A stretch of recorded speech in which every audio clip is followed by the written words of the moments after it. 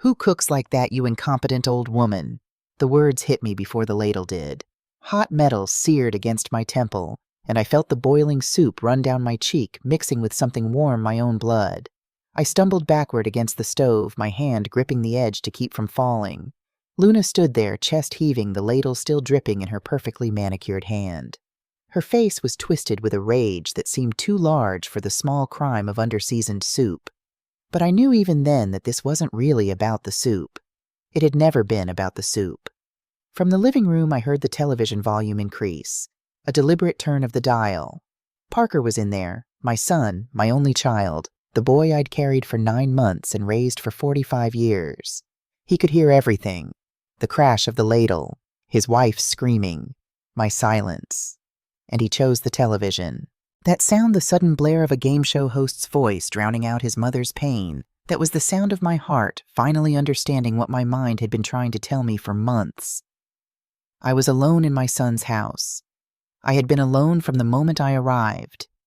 Luna's lips were still moving, forming words that sounded like they were coming from underwater. Something about my incompetence. Something about taking up space. Something about how she didn't know why Parker insisted on bringing me here in the first place. I touched my temple. My fingers came away red. The kitchen that I'd cleaned every morning for the past 6 months swam in my vision. Granite countertops I'd polished until they gleamed. Stainless steel appliances I'd wiped down after every meal. Floors I'd mopped on my hands and knees because Luna said the mop left streaks. And suddenly, standing there with soup in my hair and blood on my fingers, something inside me shifted. Not broke that had happened weeks ago. This was different. This was the sound of chains snapping. I looked at Luna, really looked at her, and I didn't see my daughter-in-law anymore. I saw a woman who had taken everything I'd offered, my cooking, my cleaning, my desperate need to be useful, and turned it into a weapon against me. The soup pot was still on the stove, steam rising from it like the ghost of all my wasted effort. What happened next I didn't plan. My body moved before my brain could stop it. I grabbed the pot, the one I'd spent an hour making, chopping vegetables with my arthritic hands, simmering it to perfection the way Parker had loved it as a boy, and I poured it into the sink. All of it. The rich broth, the tender carrots, the perfectly seasoned chicken. Gone. Luna's mouth dropped open. I wasn't done. The other pots followed. The rice I'd made. The roasted vegetables. I let them fall, some into the sink, some onto the floor, the sound of metal on tile like thunder in the silent kitchen. Plates slipped from my trembling hands and shattered. Cups broke. The glass measuring cup that had been my mother's, the one I'd carefully packed in my suitcase 6 months ago. It went smashing into 1,000 glittering pieces against the granite. I heard running footsteps. "What the hell?" Parker appeared in the doorway, his face pale, his eyes wide with something that might have been fear or might have been annoyance. With my son, it was getting harder to tell the difference.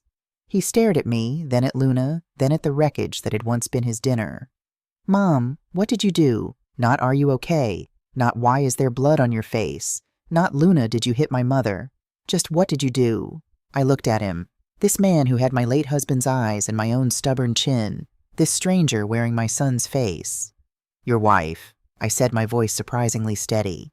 "Hit me with a boiling ladle. Parker, she hit me." I watched his face carefully. Watched for the flash of anger, the protective instinct, the son rising to defend his mother. It never came. Instead, his eyes slid away from mine. "I didn't hear anything, Mom.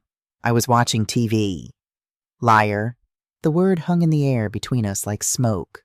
Luna pushed past Parker, her face red, her perfectly styled hair slightly mussed from her explosion. "I won't tolerate this. I won't live under the same roof as this ungrateful old woman who respects nothing. Robert, you have to choose. Either she leaves or I do." The silence that followed was the kind that changes everything. I looked at my son, silently begging him. "Remember," I thought. "Remember who bathed you when you had chicken pox. Remember who sat up all night when you had nightmares. Remember who worked 2 jobs to pay for your college. Remember who I was before I became invisible." Parker's hands went into his pockets. His shoulders slumped. "I'm sorry, Mom," he mumbled to the floor. "But I think it's better if you look for somewhere else to stay. This isn't working. You're causing problems. You need to leave." The world stopped. My heart stopped. Everything stopped. "You're kicking me out." My voice sounded very far away. "Your wife hits me and you're kicking me out." "It's not like that, Mom. It's just that Luna and I need our space. You need your independence. It will be better for everyone." Rehearsed words. Empty words. Words someone else had put in his mouth. When I asked, though I already knew the answer didn't matter. Tomorrow, next week, next month, the message was the same. "You're not wanted here." "Tomorrow morning," Parker said. "I'll call you a taxi. You can stay in a hotel while you find something permanent. I'll help you with some expenses." He was firing me, like an employee who hadn't worked out. That night I didn't sleep. I sat on the edge of the narrow bed in the small room at the end of the hall, the room with the window that looked out on a dark alley, the room that had never felt like mine, and I looked at the photograph of Henry on the nightstand. My husband's face smiled back at me from behind the glass frozen in time at our 50th anniversary party, just 2 months before his heart gave out in the backyard while he was watering the geraniums. "What would you say if you could see me now?" I whispered to the photograph. But Henry was gone, and I was alone. "I need to go back. I need you to understand that I wasn't always this small, frightened version of myself. I wasn't always the woman who let her daughter-in-law hit her without fighting back. 6 months ago, I was Kennedy Mercer, married to Henry Mercer for 50 years. We lived in a 3-bedroom house in Pasadena with a garden full of roses that Henry tended like they were his children.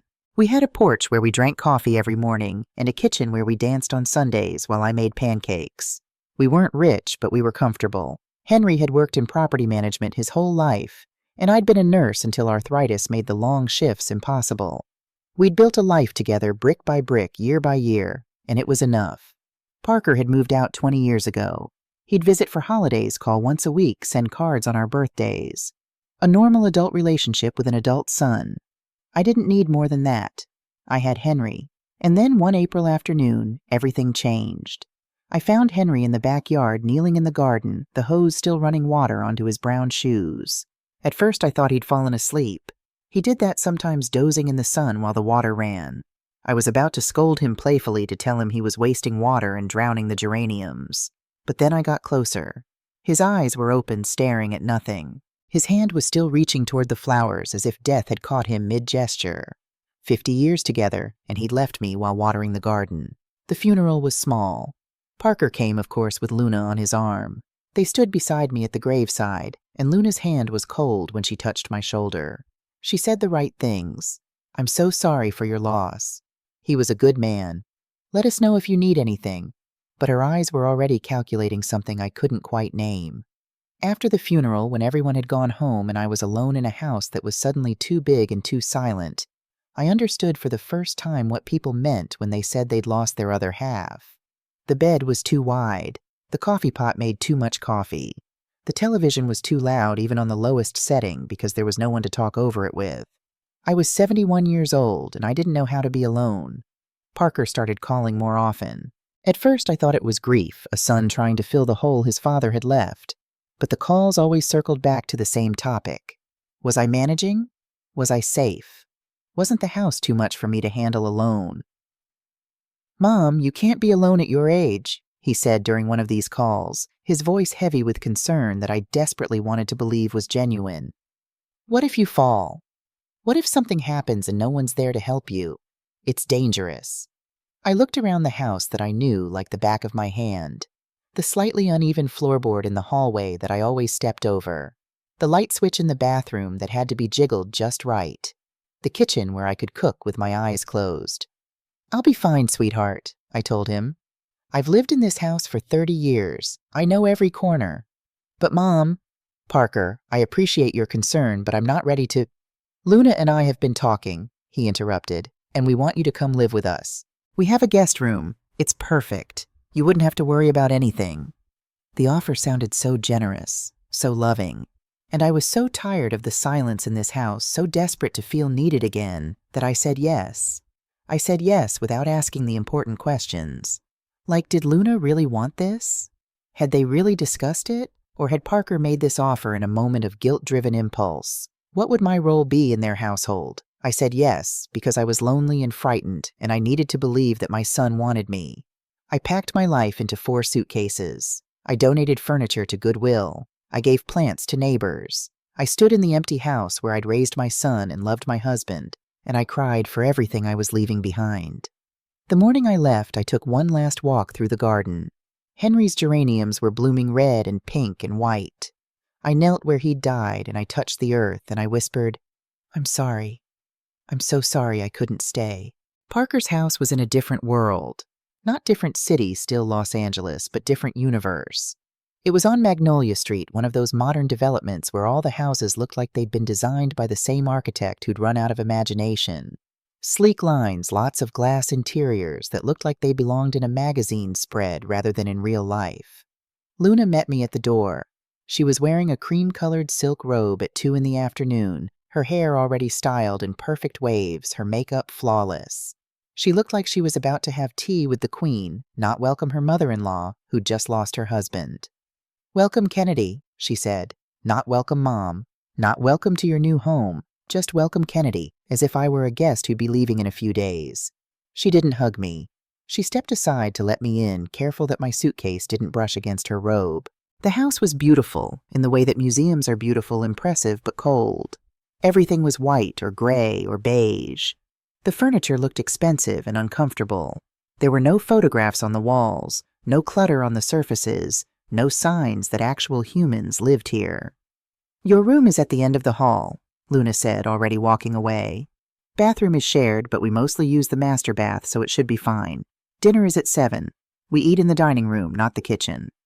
I followed her down a hallway that seemed to stretch forever, my suitcase wheels too loud on the hardwood floors. The guest room was small. A bed, a dresser, a chair by the window.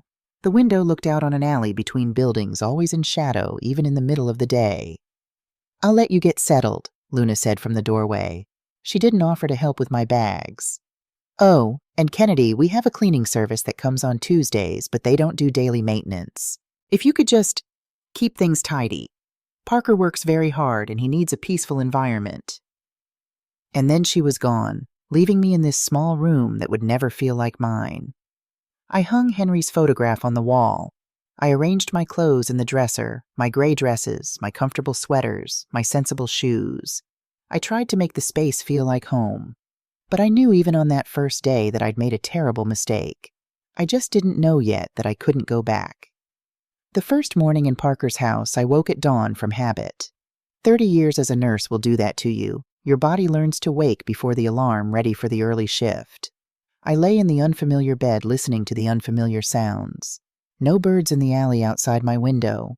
No neighbors starting their cars. Just silence, thick and heavy. I got up dressed in my robe and made my way to the kitchen. If I couldn't sleep, at least I could be useful.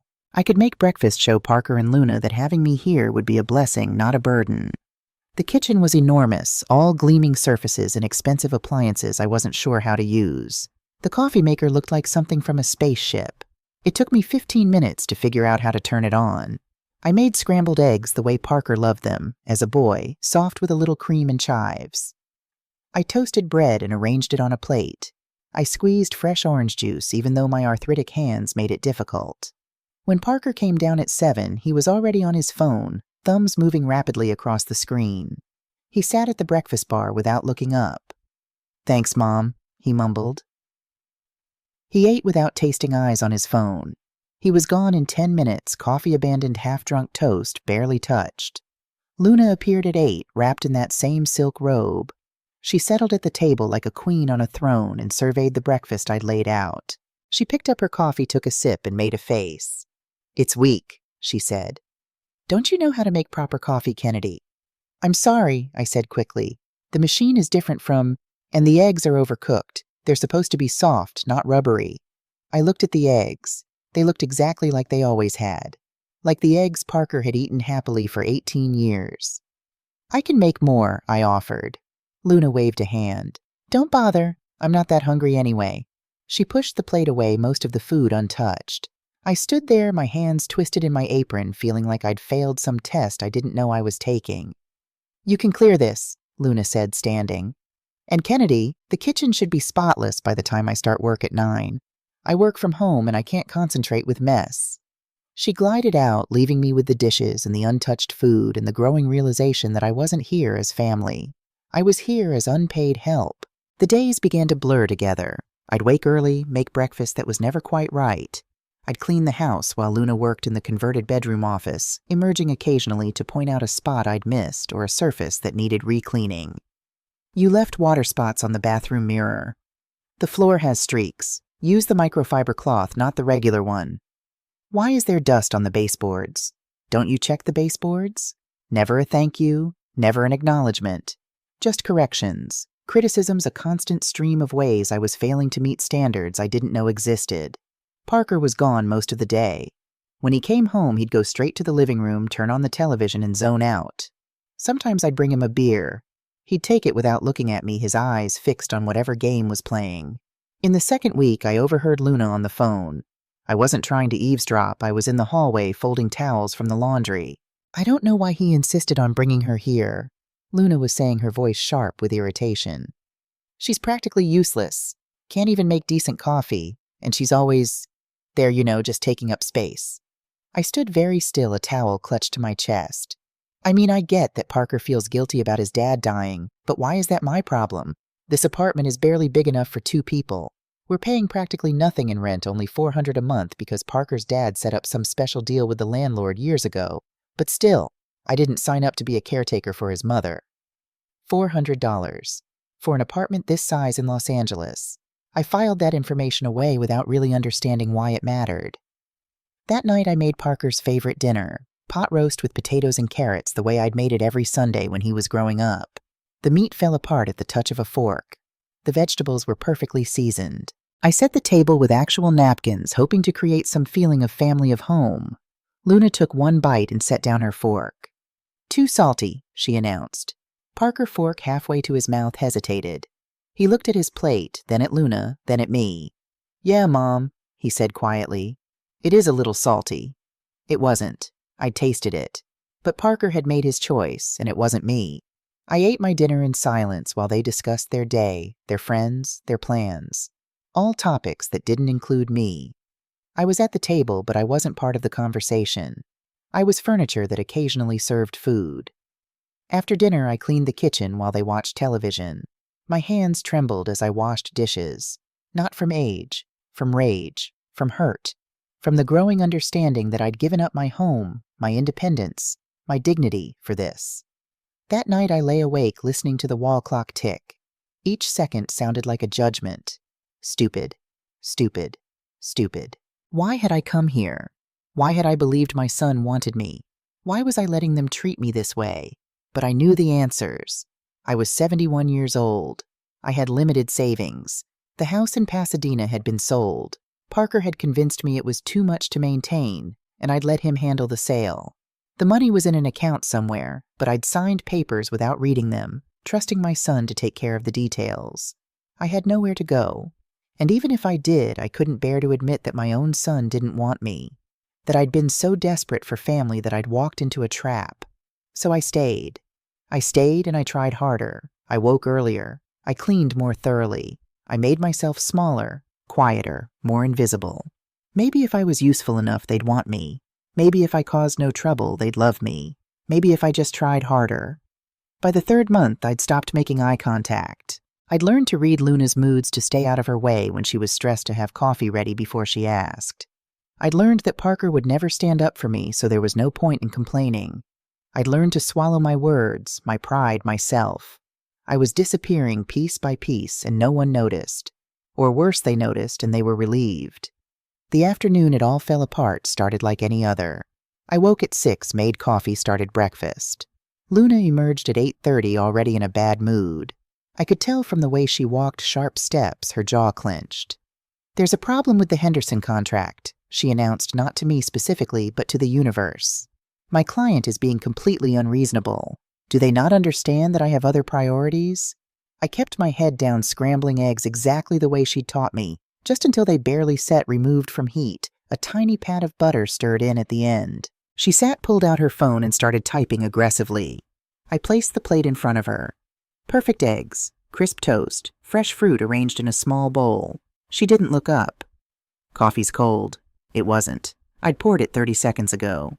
But I took the cup and poured a fresh one from the pot. "Are you trying to give me lukewarm coffee, Kennedy? Do you want me to fail today? No, of course not. Just forget it. She pushed away from the table. I'll get coffee at Starbucks. At least they know how to do their jobs. She left, slamming the door behind her. I stood in the kitchen, staring at the untouched breakfast, and felt something crack inside my chest. Parker emerged 20 minutes later, already late for work. He grabbed a piece of toast, kissed the air near my cheek without actually touching me, and rushed out. I was alone. I cleaned the kitchen mechanically, put away the uneaten food, washed the dishes, wiped the counters, swept the floor. Then I went to my room and sat on the bed. I sat there for an hour, maybe more, just staring at Henry's photograph. I can't do this anymore, I whispered to him. I can't keep making myself small enough to fit into their lives. I'm disappearing. Can you see me disappearing? Henry smiled back at me from behind the glass, forever frozen at 70, forever in love with the woman I used to be. But that woman was gone, and I didn't know how to find her again. At 3 o'clock, I made myself get up. Luna would be home soon. I needed to have dinner started. I decided on vegetable soup, Parker's favorite from when he was a boy. He used to eat 3 bowls of it, dunking crusty bread until his chin was shiny with broth. Maybe if I made his favorite, he'd remember. Maybe he'd look at me and see his mother instead of the burden who cluttered up his guest room. I chopped vegetables carefully. Carrots, celery, onions, potatoes. My arthritic hands made it slow work, but I took my time. I wanted it perfect. The broth was simmering when Luna came home. I heard her heels on the hardwood, sharp and angry. She appeared in the kitchen doorway like a storm cloud. "What are you making? Soup," I said, keeping my voice pleasant. "Vegetable soup. Parker's favorite recipe." She moved closer, peered into the pot, and her face twisted with disgust. "This looks like pig slop.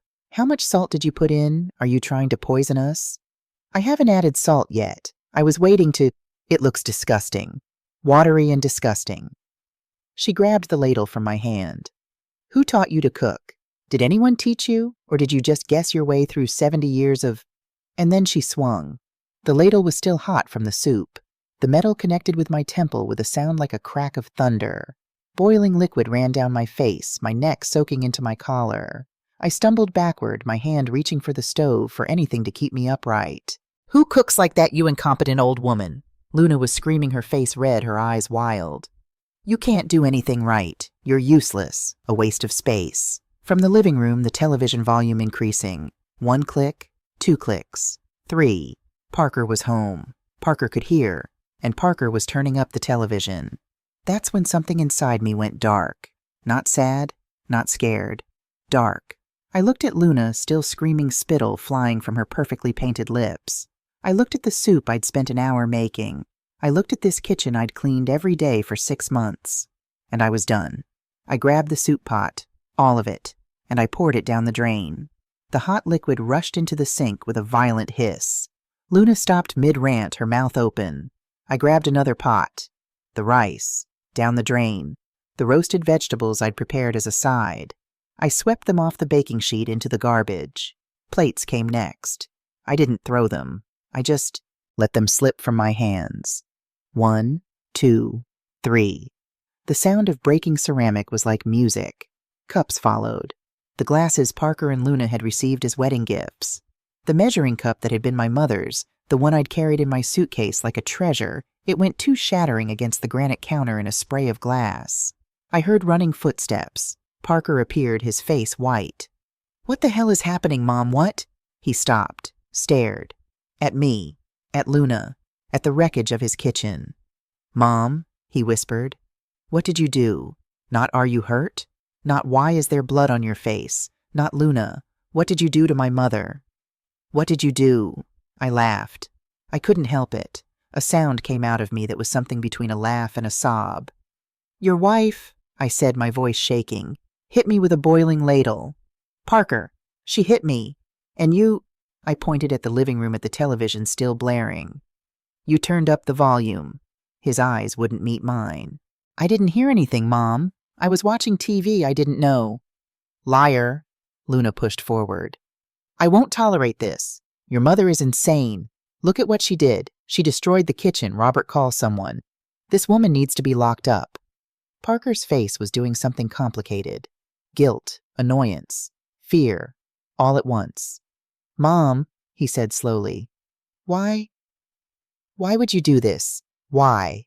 I touched my temple. Blood on my fingers. Your wife hit me, and you pretended not to hear. He shook his head. Not denial, just disappointment, like I was a child who'd misbehaved. Luna stepped between us. Either she goes or I do. Robert, choose. The silence that followed felt like falling. I looked at my son. I looked at this man I'd given birth to, nursed through chickenpox, taught to ride a bike, sent to college. I looked at him, and I begged with my eyes. Choose me. For once in these 6 months, choose your mother. Parker's hands went into his pockets. I'm sorry, Mom.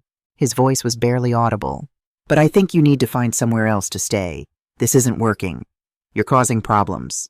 You need to leave. The world tilted. Tomorrow morning, he continued, still not looking at me. I'll call a taxi. You can stay in a hotel while you find something permanent.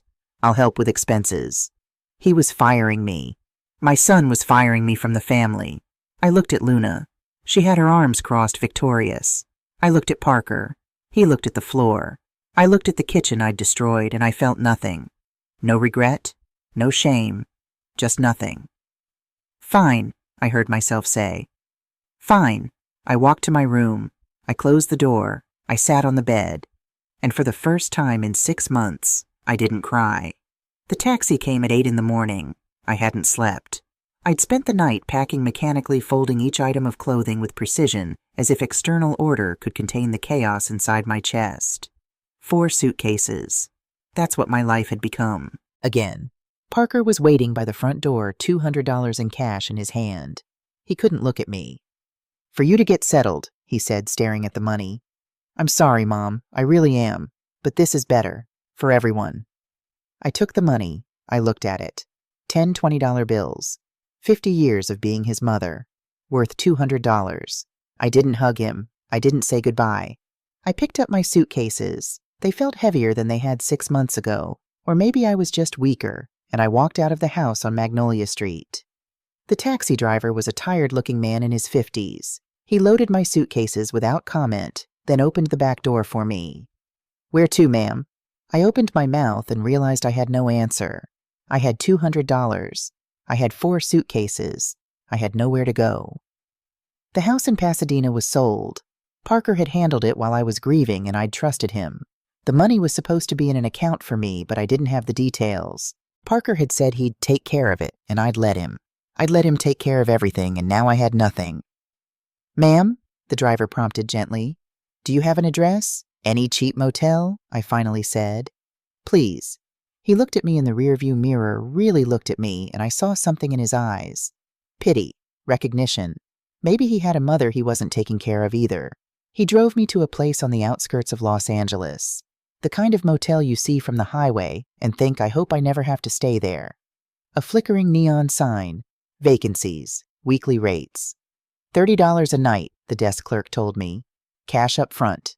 I did the math in my head. $200. Less than a week. Then what?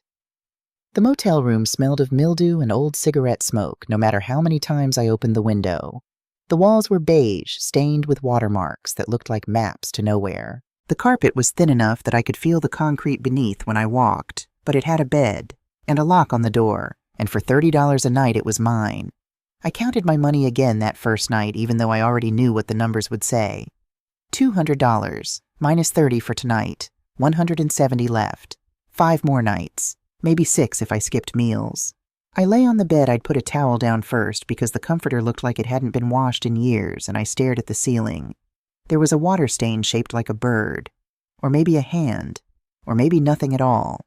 My temple throbbed where Luna had hit me. I touched it gently. The skin was hot, slightly swollen. Tomorrow it would bruise. I thought about calling Parker. Surely once he'd had time to think, once Luna had calmed down, he'd realize what he'd done. He'd call me back, apologize, beg me to return. I checked my phone. No messages, no missed calls. I waited. Nothing. The second day I ate a granola bar from the vending machine for breakfast. It cost $2 and tasted like cardboard, but it filled the hollow space in my stomach for a few hours. I walked to a park a few blocks away. It was better than staying in that room staring at that ceiling.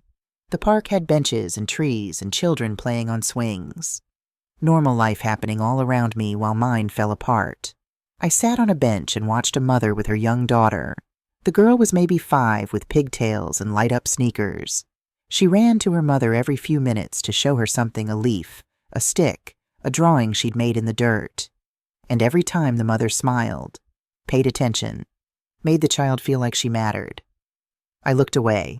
That night I had $17 left. The motel clerk, a heavy-set man with tired eyes, knocked on my door at checkout time.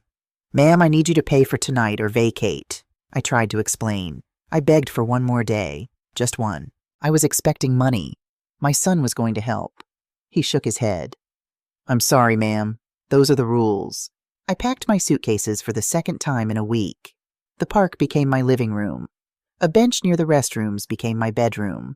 I kept my suitcases around me like a fortress, like if I held on tight enough I could keep my dignity from slipping away completely. The first night on that bench I didn't sleep. Every sound made me jump. Footsteps, car alarms, distant sirens. The city that never slept, and neither did I. By the third night, exhaustion won over fear. I dozed, sitting up, my purse clutched to my chest, my head jerking awake every time someone walked past.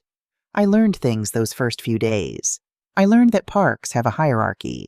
The benches near the restrooms are the most valuable because of the water fountains. I learned that if you sit very still, people look through you like you're not there. I learned that hunger is a physical thing, a creature that lives in your stomach and claws at your insides. On the fourth day, I found myself behind a restaurant looking at the dumpster. I stood there for a long time, my hand on the metal lid, trying to reconcile the woman I'd been, Kennedy Mercer, RN, wife of Henry Mercer, mother of Parker Mercer, with what I was about to become. But hunger doesn't care about dignity. I opened the lid. Inside were bags of garbage, the smell overwhelming in the July heat. But on top was a box. I pulled it out. Bread. Day-old bread from the bakery section, slightly stale but perfectly edible. I took it. I ate it sitting in the alley, hidden from view, and I cried with each bite. That night another homeless person approached my bench. He was maybe 60, weathered skin, kind eyes. "First time?" he asked. I nodded, not trusting my voice. He handed me a piece of bread. Different from the bakery bread I'd scavenged. This was harder, darker. "Eat this, Grandma. You gotta keep your strength." "Thank you," I whispered. He nodded and shuffled away, dragging a bag full of aluminum cans. Kindness from a stranger who had nothing, while my own son, who had everything, had given me $200 and shut the door. On Tuesday, I discovered the church. Someone at the park, a woman around my age with 3 shopping carts full of belongings, told me about the soup kitchen. "Tuesdays and Thursdays," she said. "Get there early or the line gets long." I went. I stood in line with dozens of others, all of us wearing our poverty like invisible badges.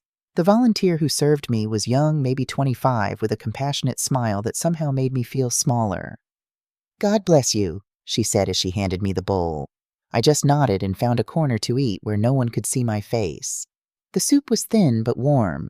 It was the first hot meal I'd had in days. I ate it slowly, making it last, and I thought about all the meals I'd cooked over the years. Thousands of them. For Henry, for Parker, for Luna. And now I was eating charity soup in a church basement. I sent messages to Parker, 3 of them over the course of that week. "Son, I need to talk to you." Nothing. "Parker, I'm running out of money. Please." Read but no response. "Please, I need help." Silence. After the 3rd unanswered message, I stopped trying. By day 7, I was sick. Not seriously, just a cold. But when you're 71 and sleeping on a park bench, a cold is dangerous. I woke up shivering even though it was July. My chest hurt when I breathed. I went to a free clinic downtown, waited 4 hours to see a doctor. He was young, overworked kind. "You need rest," he told me. "Proper rest, in a bed, with a roof. Do you have somewhere to go?" I lied and said yes. He gave me sample antibiotics and a look that said he knew I was lying but couldn't do anything about it. As I left the clinic, I realized I needed to find my insurance card, my Medicare information. I'd packed it somewhere, but I couldn't remember which suitcase. I sat on a bench outside the clinic and started going through my things, and that's when I found it. The envelope was at the bottom of my largest suitcase, tucked between a sweater and Henry's old cardigan that I'd brought, because it still smelled like him. It was yellowed with age, my name written across the front, in Henry's unmistakable handwriting, to my dearest Kennedy. My hands started shaking. I knew this envelope. I'd found it once years ago in Henry's desk drawer. He'd snatched it away quickly, looking embarrassed, and told me it was just some paperwork. I'd forgotten about it, but somehow it had made its way into my suitcase. I opened it with trembling fingers. Inside was a letter written on Henry's good stationery and several folded documents. The letter began, "My dearest Kennedy." I read it sitting on that bench with my suitcases around me and people walking past, and I felt the world tilt on its axis. My dearest Kennedy, if you are reading this, it means I am no longer with you, and I am so very sorry for that. Sorry that I left you. Sorry for all the things I should have said while I was alive, but didn't. Sorry for keeping secrets when I should have trusted you with the truth. I need to tell you about the money, Kennedy. For the last 30 years since we were in our 40s and the hospital offered me that property management position, I made investments. Small at first. A duplex that needed work. A small apartment building in a neighborhood everyone said was up and coming, but looked pretty rough to me. I never told you about them because I didn't want you to worry. You were working double shifts at the hospital and I knew money stressed you out. So I handled it. I bought properties when nobody else wanted them. I fixed them up. I rented them out. I saved every extra cent. And those rough neighborhoods, they became valuable. That duplex in Echo Park that I bought for $85,000 in 1994, it's worth over $1.2 million now. The apartment building in Silver Lake. Even more. Kennedy, over 30 years I built something. Not for me. For you. I did it because I loved you. Because I wanted you to be safe when I was gone. Because I knew that in this world, a woman alone needs security, needs options, needs the power to say no to anyone who tries to diminish her. There are deeds in this envelope, property titles, investment certificates. They're all in your name now. They've always been in your name technically because we bought them together, even though you didn't know we were buying them. Our lawyer, Roger Mendez, can explain the legal details better than I can. You own 13 properties in Los Angeles County, Kennedy. 13. They're managed by a property management company that sends monthly reports to Roger. The rental income is substantial enough to live very comfortably for the rest of your life, even if you never touch the principal. I know this is a shock. I know you're probably angry with me for keeping secrets. You have every right to be. But please understand I did this out of love, out of the desperate need to protect you from worry while I was alive and from want when I was gone. Contact Roger Mendez. His number is at the end of this letter. He has all the original documents, all the account information, everything. He's a good man. He'll help you. And Kennedy, my love, one more thing, never let anyone make you feel less than you are. You are a strong, capable, brilliant woman. You spent 50 years taking care of me, taking care of Parker, taking care of everyone but yourself. If anyone, and I mean anyone, treats you poorly, remember that you have the power to defend yourself now. You don't need to shrink yourself to fit into someone else's life. You are not a burden. You are not too much. You are exactly enough. I loved you every single day of our 50 years together. Every single day. Take care of yourself now. You've earned it. Your Henry P.S. One of the buildings is on Magnolia Street. Number 452. Parker lives there. I gave him a special family rate when he moved in 5 years ago. I wanted to help him without him knowing it came from me. He thinks his landlord is some property management company. But it's not. It's you. It's always been you. I read the letter once, twice, 3 times. My brain couldn't process what my eyes were seeing. 13 properties. Millions of dollars. The building Parker lived in, the building I'd just been kicked out of, was mine. I unfolded the documents with shaking hands. Property deeds. All with my name, Kennedy Ann Mercer. Investment certificates from companies I'd never heard of. Bank account statements showing balances with so many zeros I had to count them twice. This couldn't be real. But Henry's handwriting didn't lie. And these documents looked official with notary stamps and legal seals. I sat on that bench outside the free clinic surrounded by my suitcases wearing clothes I hadn't washed in a week, and I started to laugh. It started as a giggle, then a chuckle, then full-body laughter that made people crossing the street look at me nervously and walk a little faster. I laughed until tears streamed down my face. I laughed until my stomach hurt. I laughed until I couldn't breathe. The homeless woman. The pathetic old lady eating from dumpsters. The burden that Parker had thrown away with $200. I was a millionaire.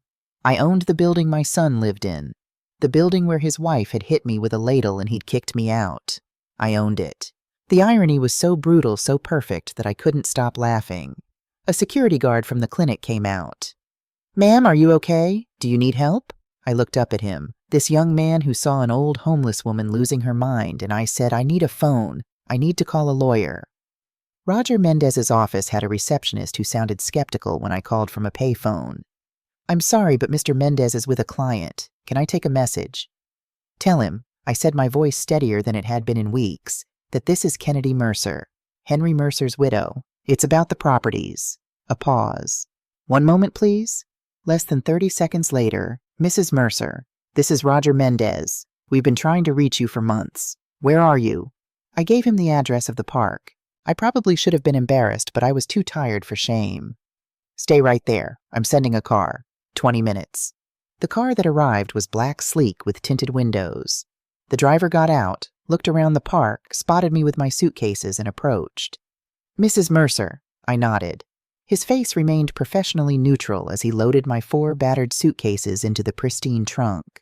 He opened the back door for me, and I climbed in, very aware of how dirty I was, how badly I probably smelled. The interior was all leather and that new car scent. I felt like I was contaminating it just by sitting there. The law offices were in the financial district, in one of those glass towers that reflected the sky. We rode up in an elevator so smooth I barely felt it move. 15th floor. The receptionist, the same one who'd answered the phone, smiled at me. A professional smile that didn't quite hide the surprise in her eyes. I knew what she saw, a disheveled 71-year-old woman who looked like she'd been sleeping rough. Because I had been. "Mr. Mendez is waiting for you," she said, gesturing down a hallway. "Second door on the right." Roger Mendez was a man in his mid-50s with perfectly combed salt and pepper hair and thin-rimmed glasses. He stood when I entered, and I saw the flash of shock on his face before professional courtesy took over. "Mrs. Mercer," he said, coming around the desk to shake my hand. "Please sit down. Can I get you something water, coffee, something to eat?" "Water, please." He poured from a crystal carafe on his desk. I drank it like I'd been wandering in a desert, because I had been. "Mrs. Mercer," Roger began carefully, "we've been trying to contact you since Mr. Mercer passed away. We left messages at your house, sent letters. Your son told us you'd moved but didn't provide a forwarding address." "My son?" I said those words bitter in my mouth. "Kicked me out of his house 3 weeks ago. I've been living in a park." Roger's professional mask slipped. I'm very sorry to hear that. I found Henry's letter yesterday. The one he left with you, with the properties." "Ah." Roger nodded, understanding. "Have you reviewed the documents?" I pulled the wrinkled envelope from my purse and placed it on his desk. "I need you to tell me if this is real." He opened it, carefully reviewed the papers inside. "These are duplicates of the originals I have here. But yes, Mrs. Mercer, this is very real. Would you like me to explain your current financial situation?" "Please." Roger opened a file on his desk and put on his glasses. "Your husband, over the course of 30 years, acquired 13 properties in Los Angeles County. They range from small apartment buildings to larger commercial spaces. The total value based on our most recent assessment is approximately $8 million. $8 million. Additionally, you have investments in various funds and stocks valued at approximately $2 million. And your husband left you 3 bank accounts with readily available cash totaling about $500,000. I did the math in my head. $10.5 million. The properties generate rental income after expenses and property management fees of approximately $45,000 per month. That's over $500,000 annually in income alone without touching the principal. I had been eating from garbage cans while earning $45,000 a month. "I know this is overwhelming," Roger said gently. "Would you like some time to process?" "The building on Magnolia Street," I said. "Number 452. My son lives there." Roger checked his file. "Yes, apartment 301, Parker Mercer and his wife Luna. They've been living there for 5 years under a special arrangement Mr. Mercer made. They pay $400 a month. What would the market rate be? For that size apartment in that area, $2,500 easily, perhaps more. Parker was living in my building, paying $400 a month because of Henry's generosity, and he had thrown me out with $200 cash and told me to find a hotel." "Can I change the rent?" I asked. Roger studied me. You're the owner, Mrs. Mercer. You can do whatever you wish with your properties. However, there are legal procedures. You can't simply evict someone without proper notice. I don't want to evict them. Yet. The word tasted good in my mouth. I want them to pay market rate, $2,500. That's within your rights. We would need to notify them 30 days in advance of the change in terms. Do it. Roger made a note. Are you certain, Mrs. Mercer, this will put significant financial pressure on them? I'm certain. He nodded slowly. Very well. Now there are more immediate concerns. Your living situation, for instance. You have several options. You could move into one of your properties, several have vacant units. Or I can arrange temporary housing while you decide what you want to do. A hotel, I said. A good one. I need to think. Of course. He made a call. Within minutes, he'd arranged a suite at a 5-star hotel downtown. It's taken care of. The car will take you there. He opened a desk drawer and pulled out a bank card. This is connected to one of your checking accounts. There's $50,000 available for immediate expenses. Use whatever you need. I took the card with trembling fingers. Yesterday I had $17. Today I had $50,000 available on a debit card.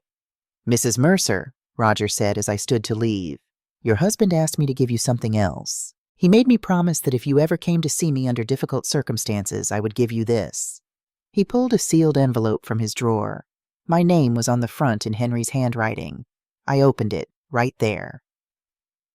My love, if you're reading this, it means someone hurt you enough that you needed help. I know your pride. I know how hard it is for you to ask for anything.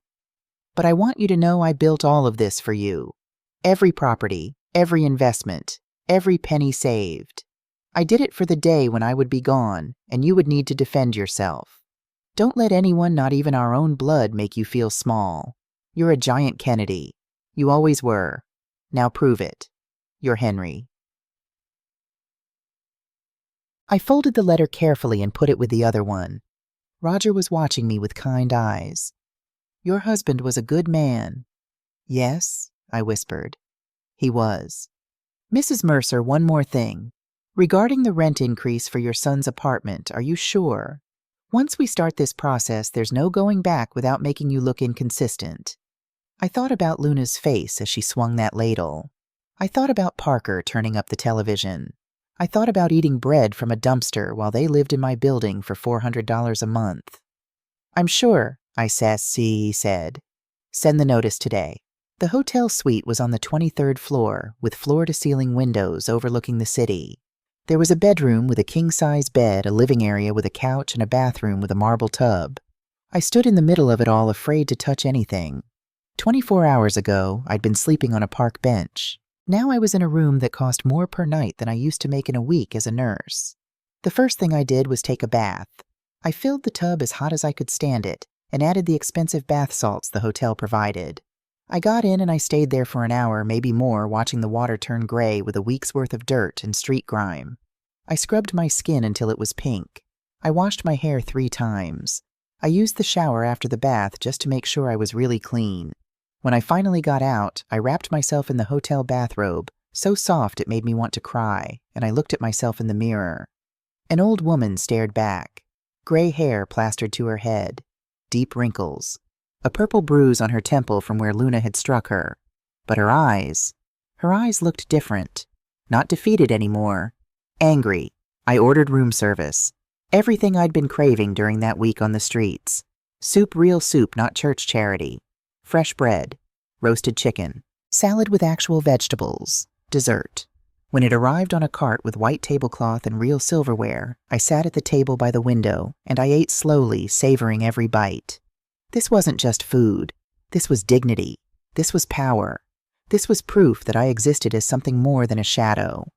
That night I slept 12 hours straight in a bed with clean sheets and soft pillows. I slept without fear, without cold, without the sounds of the city keeping me awake. When I woke up, sun was streaming through the windows. For a moment I didn't remember where I was. Then it all came back. The letter, the money, the properties, my son living in my building. I got up, made coffee from the fancy machine in the suite, and I called Roger Mendez. Mrs. Mercer, how are you feeling today? Better, I said. I need to see the properties. All of them. I want to understand what I own. Of course, I can arrange tours starting tomorrow, but there's something else we should discuss. The management of these properties. Currently, they're handled by West Side Property Management, a company your husband trusted. They take a percentage of the rent in exchange for handling maintenance tenant issues rent collection. It's a good arrangement if you don't want to be involved in day-to-day operations. I want to be involved, I said. I want to know everything. Over the next 2 weeks, Roger took me to see each property. We started with the smallest a duplex in Echo Park, with 2 units both rented to young professionals. Then the larger buildings, 4plexes, 8-unit apartments, a small commercial space in Silver Lake that housed an art gallery and a coffee shop, and finally the building on Magnolia Street. We pulled up in front of it on a Tuesday afternoon. It was a nice building, modern, well-maintained. 10 units total. Parker's apartment was on the 3rd floor. Do you want to go in? Roger asked. No, I said. Not yet. But I sat in the car and I looked up at the 3rd floor windows and I thought about everything that had happened in the apartment behind that glass. The ladle, the television volume, the $200. How much did you say they're paying? I asked Roger. $400 a month. And the other units? They range from $1,800 to $2,800 depending on size and amenities. I did the math. Parker was getting a discount of at least $1,400 a month, $16,800 a year, for 5 years, over $80,000 in savings courtesy of Henry's generosity, and he'd repaid that generosity by throwing Henry's widow onto the street. Send the rent increase notice, I said, today. Mrs. Mercer, today, Roger. He nodded. As you wish. Back at the hotel that evening, I sat at the desk and I made a list. Things I know: 1. I own 13 properties worth 8 millions. 2. I have investments worth 2 millions. 3. I have $500K in cash. 4. Parker lives in my building for $400 month. 5. Market rate is $2,500 month. 6. Luna works from home as a consultant. 7. They live beyond their means from what I overheard. Things I need to know. 1. Parker's exact financial situation. 2. Luna's income sources. 3. Whether they can afford $200 to $500 month. 4. What happens when they can't pay? I called Roger. I need information, I said, about my son and his wife. Legally, I mean. As their landlord, what am I entitled to know? Credit checks, employment verification, that sort of thing. Why? I want to understand their financial situation. There was a pause. Mrs. Mercer, may I ask what you're planning? Justice, I said. I'm planning justice. Roger was quiet for a moment. I can obtain the information you're asking for. It's within your rights as a landlord, but I feel obligated to remind you this is your son. My son, I said quietly. Let me sleep on a park bench while he lived in my building. My son turned up the television while his wife hit me with a ladle. My son is about to learn that actions have consequences. I understand, Roger said. I'll get you the information. The report arrived 2 days later. It was thorough. Parker Mercer. Salary $68,000 year as sales manager. Take home after taxes, $4,300 month. Credit score 640, fair trending down. Credit card debt, $43,000 across 5 cards. Car loan, $18,000 remaining. Personal loan, $12,000. 32% interest rate, one of those predatory lending places. Luna Mercer. Self-employed consultant or influencer. Declared income last year, $38,000. Actual income based on estimated $25,000 to $30,000. No debt in her name, all on Parker's credit. Social media following 52,000. Mostly fake bot followers. Combined monthly expenses estimated. Current rent $400. Utilities $200. Car payment $450. Credit card minimums $100. Personal loan $380. Groceries, dining $1,500. Frequent expensive restaurants. Entertainment, shopping $800. Insurance $300. Miss $500. Total $630 a month combined income. $800 month surplus, $170 a month. They were barely making it. And that was with $400 rent. If rent went to $2,500, they'd need an extra $2,100 a month. They'd be $1,400 in the hole every month. They couldn't afford it. I sat back and I looked at these numbers and I felt something cold settle in my chest. This wasn't anger anymore. This was strategy. I called Roger again. The rent increase, I said. When does it take effect? The notice was served 3 days ago. They have 30 days to accept the new terms or vacate. And if they can't pay, then standard eviction procedures apply. They'd have additional time to pay or leave depending on California law. The whole process could take 2 to 3 months. I want you to do something else for me, I said. Luna works from home as a consultant. I need to know who her clients are. That might be more difficult to obtain legally. Then obtain it unofficially, carefully. But I need to know. Roger was silent. Mrs. Mercer, what exactly are you planning? I'm planning to teach my son that the world doesn't exist to serve him, that the people he uses have value, that his mother is not a disposable convenience. By destroying his life. No, I said. By letting him experience the natural consequences of his choices. He chose to live beyond his means. He chose a wife who spends money they don't have. He chose to throw away his mother. Now he gets to live with those choices. And if he ends up homeless like you were, I thought about that bench in the park, the cold nights, the fear, the hunger. Then he'll learn something I had to learn, I said. That you can survive hitting rock bottom, and that sometimes that's where you need to be before you can climb back up. Roger sighed. I'll get you the information about Luna's clients. The information came back 2 days later. Luna had 3 regular clients. 1. A small marketing firm pays $500 month 2. An Instagram influencer coaching service pays $400 month 3. A mid-size company called Henderson Digital Solutions that rented office space in. I looked at the address and smiled. They rented space in one of my commercial properties, the South Plaza Shopping Center. They paid $2,200 a month for their office, and they paid Luna $1,500 a month for consulting services. I called Roger immediately. The Henderson Digital Solutions, they rent from me. Yes, Unit 203 at South Plaza. They've been good tenants, always pay on time. What would happen if their rent increased? Mrs. Mercer, what would happen, Roger? He sighed. They'd likely need to cut costs elsewhere. Smaller businesses usually do when overhead increases. And consulting services are usually one of the first things cut when a company needs to trim budget, aren't they? Silence. Roger, I said gently, I'm not doing anything illegal. I'm adjusting my rental rates to market value. That's business. It's also calculated to hurt your daughter-in-law. My daughter-in-law hit me with a ladle and called me worthless. My son threw me onto the street. I'm not hurting them, Roger. I'm simply stopping the discount. They've been living on my generosity without knowing it. Now they'll live without it. And if Luna loses her income, then she'll understand what it feels like to be dependent on someone who doesn't value you. Roger was quiet for a long time. Finally, I'll prepare the notice for Henderson Digital Solutions. Rent increase to $3,500 monthly. Thank you, Roger. Mrs. Mercer. Yes. Your husband would be... I think he'd be proud of you. Not for the revenge, but for standing up for yourself. After I hung up, I stood at the window of my hotel suite and looked out at the city. Somewhere out there, Parker was sitting in my apartment, probably oblivious to the notice that had been slipped under his door. Somewhere out there, Luna was planning her budget with Henderson Digital's $1,500 a month safely counted in. They had no idea what was coming. They had no idea that the homeless woman they'd thrown away owned their entire world. I smiled. Not a happy smile, a dangerous one. Henry, I whispered to the city, to the sky, to wherever he was now, I'm going to prove it. I'm going to prove I'm a giant. And for the first time since he'd died, I felt him smile back. Roger kept me updated with systematic efficiency. The notices were delivered to all tenants at Magnolia Street, he told me over the phone 1 week after I'd made the decision. Standard 30-day notice of rent increase. And Parker?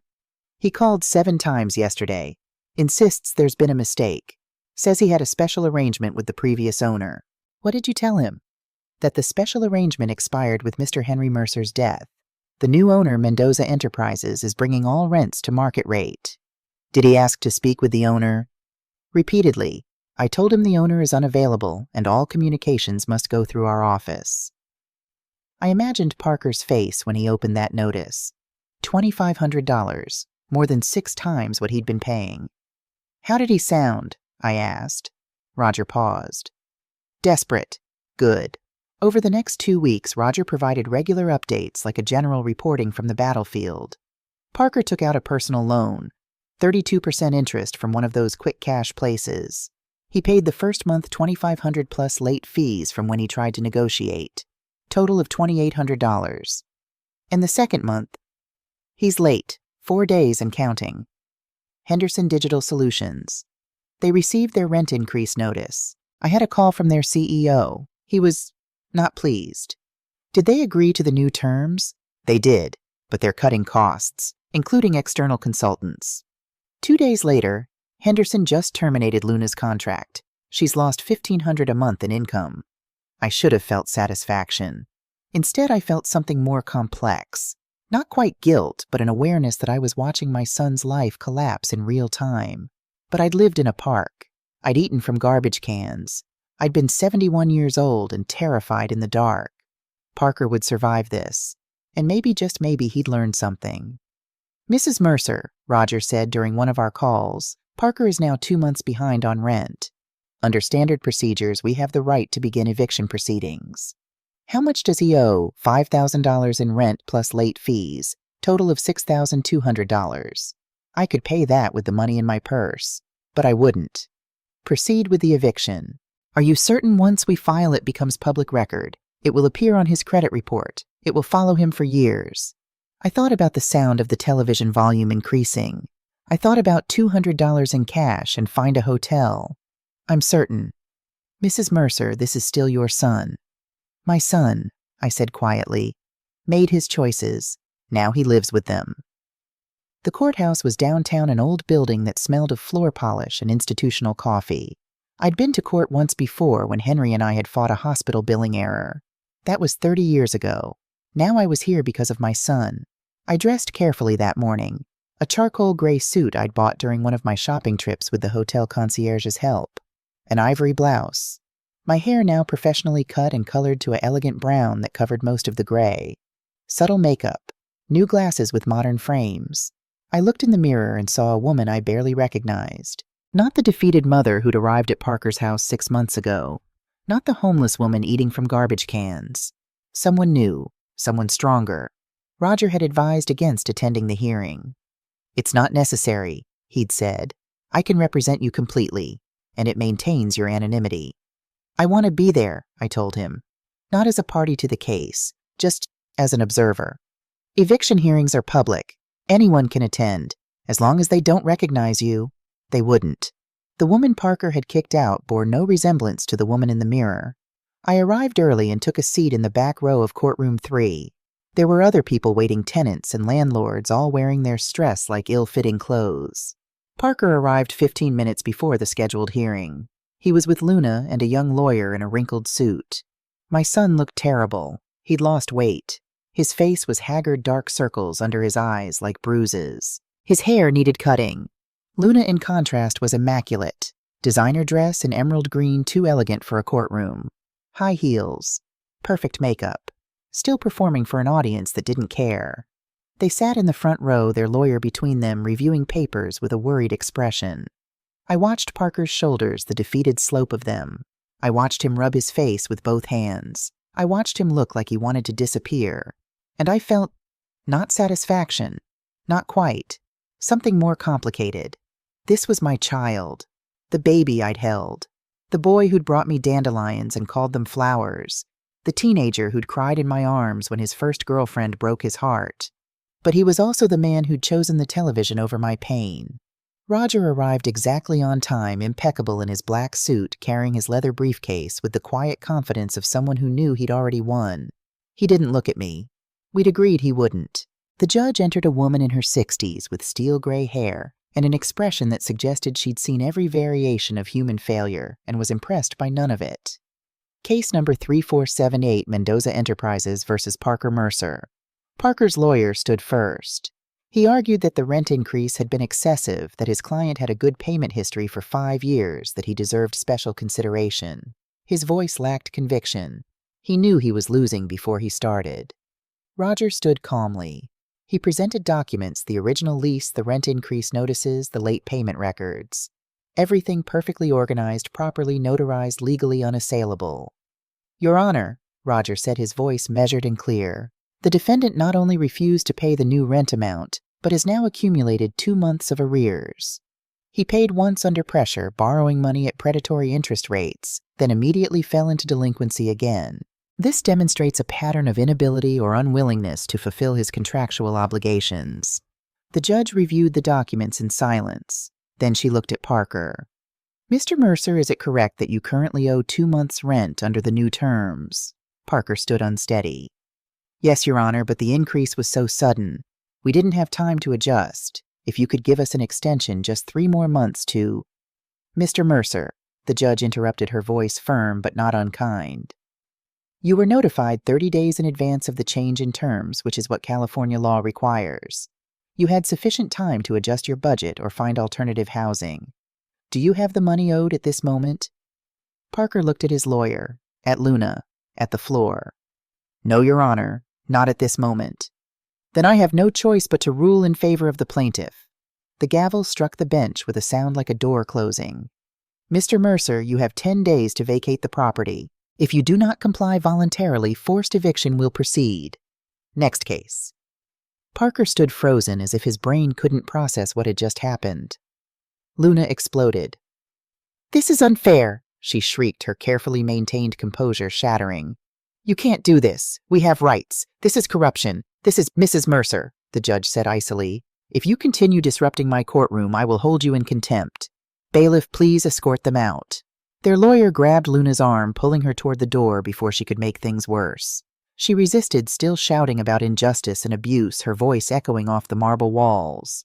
Parker followed in silence, his feet dragging the very picture of defeat. They walked right past my bench. Parker's eyes swept over me without recognition. I was just another person in the courtroom, another witness to someone else's misery. For a moment I wanted to call out, to say his name, to let him know his mother had seen him broken and homeless-bound just as he'd left her. But I stayed silent. This wasn't over yet. 2 days before the eviction deadline, Roger called me. "Parker wants to meet with the building owner. He's begging for a chance to explain, to negotiate. He sounds desperate." "What did you tell him?" "That I'd relay the message. It's your decision." I thought about it. The mother in me wanted to see him to make sure he was surviving. The woman I'd become knew this was a necessary breaking point. "Tell him I'll meet with him, but not as his mother, as a representative of Mendoza Enterprises. Your office. Tomorrow at 3. "Do you want me present?" "No. This I have to do alone." That night I practiced in front of the mirror. Practiced keeping my face neutral, my voice firm. Practiced not crying when I saw him. I had to be strong. I arrived at Roger's office at 2, using the private conference room. I sat behind the large desk documents in front of me, dressed in my charcoal suit with my hair pulled back. I looked like a businesswoman, a property owner, someone with power, not a mother. At exactly 3 o'clock, the receptionist knocked. "Mrs. Mercer, your appointment is here." "Send him in." The door opened. Parker stepped inside and stopped dead when he saw me. For 5 eternal seconds, we stared at each other across the desk. I watched his brain try to process what his eyes were seeing. Confusion, disbelief, then slowly horrified recognition. "Mom," the word came out like a ghost's whisper. "Sit down, Parker." My voice was cold, controlled. It didn't shake. He stumbled into the chair across from me, unable to take his eyes off my face. I don't understand. What are you doing here? Why are you dressed like this? Where have you been?" "I've been surviving," I said. "The question is, what are you doing here?" He swallowed hard. "I came to talk to the building owner, about the rent, about the eviction. I need to explain that—" "You're looking at the building owner, Parker." The color drained from his face. "What Mendoza Enterprises?" "That's me. The building you've been living in for 5 years, it's mine. Your father left me 13 properties when he died. The investments, the money, all of it. Mine." "No, that's not—" "Dad never said—" "Your father spent 30 years building an empire so I'd be safe when he was gone. And you know what, Parker? I needed it. Because 3 weeks after you threw me out with $200, I was sleeping on a park bench, eating from restaurant dumpsters and wondering if I'd survive to see another week." His face crumpled. "Mom, I didn't know you were—" "Didn't know." My voice rose despite my effort to control it. "You didn't want to know. You kicked me out and never called, never checked, never cared if I was alive or dead. Luna said—" "I don't care what Luna said. I stood up, both hands flat on the desk. Since when do you let your wife make decisions about your mother? Since when is it easier to abandon me than to stand up to her? Silence, heavy and suffocating. Parker's shoulders shook. He was crying. I'm sorry, he whispered. I'm so sorry, Mom. I was a coward. I let her hurt you. I turned up the TV because I didn't want to deal with it. I threw you out because it was easier than fighting with my wife. I'm sorry. I'm so sorry. The words I'd waited months to hear, but they felt hollow now. Desperate words from a desperate man. Are you sorry because of what you did? I asked quietly. Or because you just discovered I have money? He looked up, tears streaming down his face. I don't know, he admitted. And that's the worst part. I don't know what kind of person I've become. At least he was honest. Your marriage is over, isn't it? He nodded. Luna left yesterday. Said she won't stay with a loser who can't even pay rent. She's gone. And your job? Lost it 2 weeks ago. Too many late arrivals, too distracted. I have $40,000 in debt and ruined credit, and in 2 days I'll be homeless. His voice broke. Just like I made you. It's not ironic, Parker. It's karma. He looked at me with red, swollen eyes. Did you do this for revenge? Did you want to watch me suffer? Did I sat back down, suddenly tired. No, I said, and I was surprised to find I meant it. I didn't want revenge. I wanted justice. I wanted you to understand what it feels like to be thrown away, to be worthless in someone's eyes. I wanted you to hit rock bottom so you'd have to rebuild yourself correctly. Did it work? He asked, his voice small. Am I at rock bottom? I looked at my son, really looked at him. I saw the baby I'd rocked to sleep, the child who'd needed me, the teenager who'd trusted me, the man who'd betrayed me. All of it was true. All of it was him. Yes, I said gently. You're at rock bottom. The question is, what are you going to do now? I don't know. I have nothing. No job, no home, no wife, no dignity, no mother.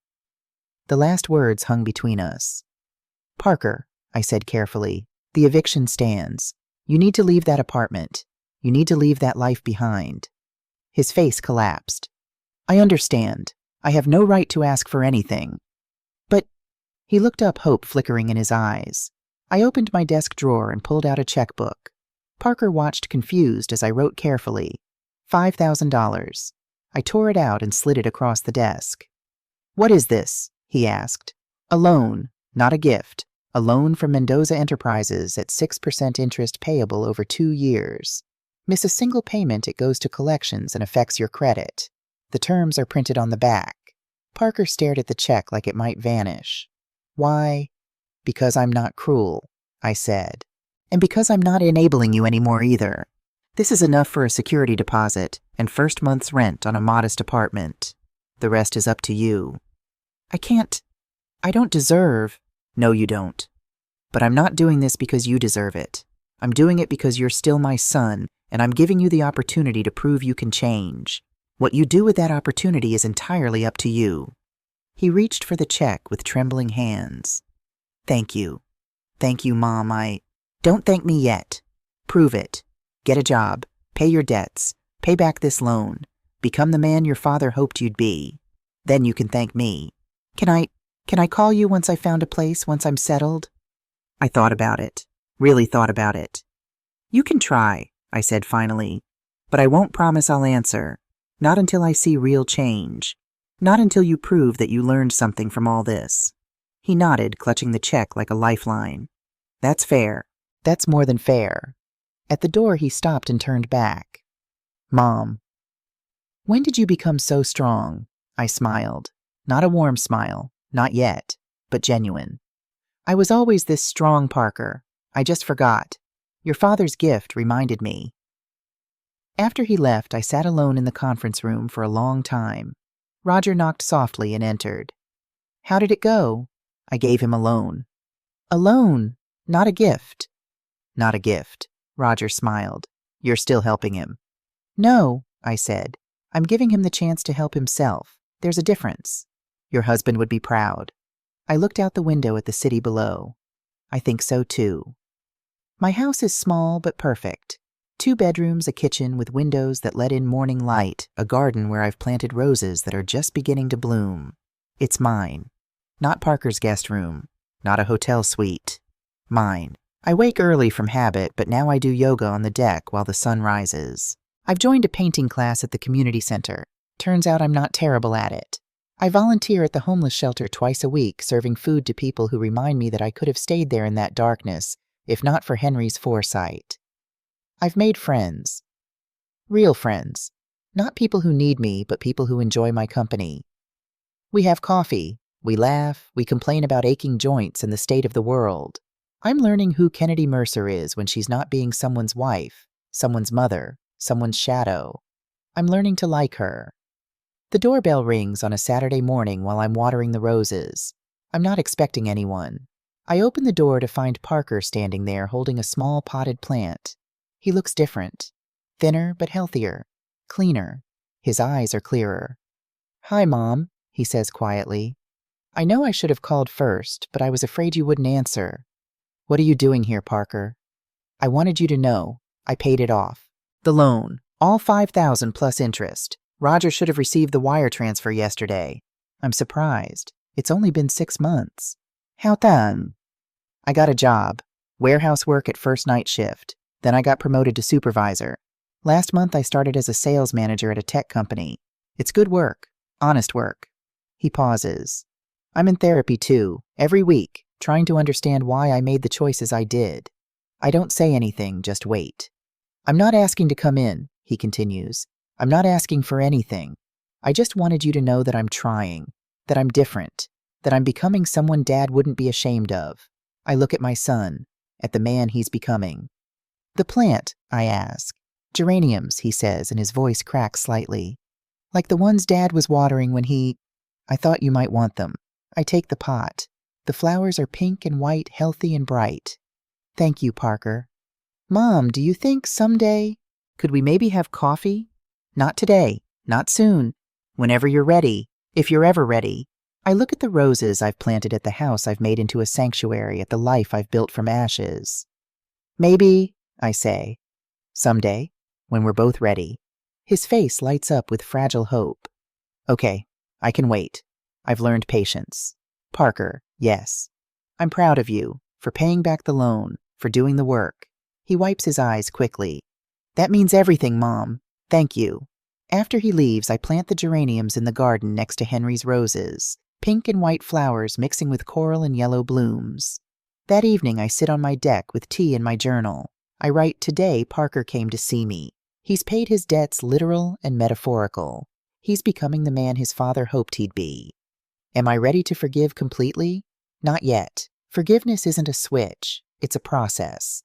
But I'm ready to believe he can change. And that's a start. I've learned that I'm stronger than I thought. That self-love isn't selfishness. It's survival. It's dignity. It's the foundation everything else is built on. I've learned that sometimes the greatest gift you can give someone you love is letting them fall and trusting they'll learn to fly. Henry built an empire for me, but I built myself, and that's the real inheritance.